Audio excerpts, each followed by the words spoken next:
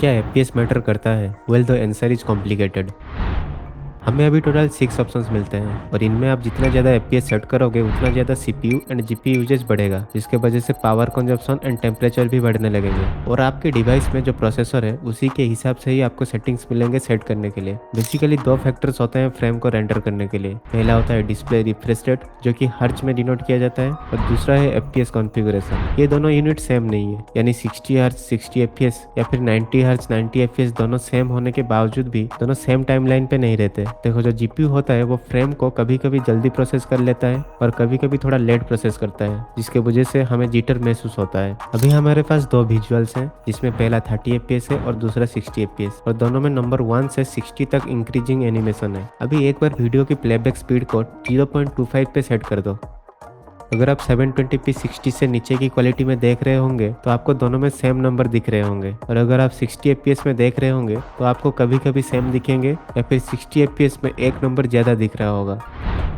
30 fps में second, fourth, six, 8 and so on वाले frame render नहीं होते हैं जब हम उसे 60 fps से कंपेयर करते हैं। देखो, 1 second equal to 1000 milliseconds होता है, और उसके हिसाब से 30 fps में 1 फ्रेम ड्यूरेशन 33.3 मिली सेकेंड्स होता है, एंड सिमिलरली 60 fps में 16.6 मिली सेकेंड्स होता है। यानी 30 fps में एक फ्रेम के बाद 16.6 मिली सेकेंड के अंदर जो भी फ्रेम होंगे वो रेंडर नहीं होंगे, पर टाइमलाइन सेम ही रहेंगे।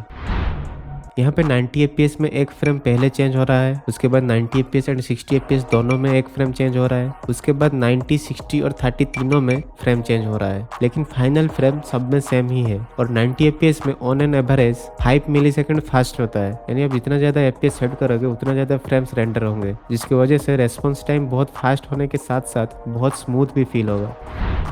और एक चीज़, आपका जितना भी एफपीएस सेट रहेगा उसी के हिसाब से on an average 1 frame duration कम होता रहेगा, जिससे आप स्पॉटिंग भी बहुत जल्दी कर पाओगे। यानी अगर कोई पीक ले रहा होगा या फिर कोई भी कवर से आएगा तो जितना ज़्यादा एफपीएस रहेगा उतना जल्दी स्पॉट हो जाएगा, लेकिन डिफरेंस बहुत कम है, यानी सिर्फ कुछ मिली सेकेंड्स ही होते हैं। बट ऐसे कॉम्पिटिटिव गेम्स के लिए कुछ मिली सेकेंड्स भी बहुत मायने रखते हैं। अब रिकॉल टेस्ट करते हैं।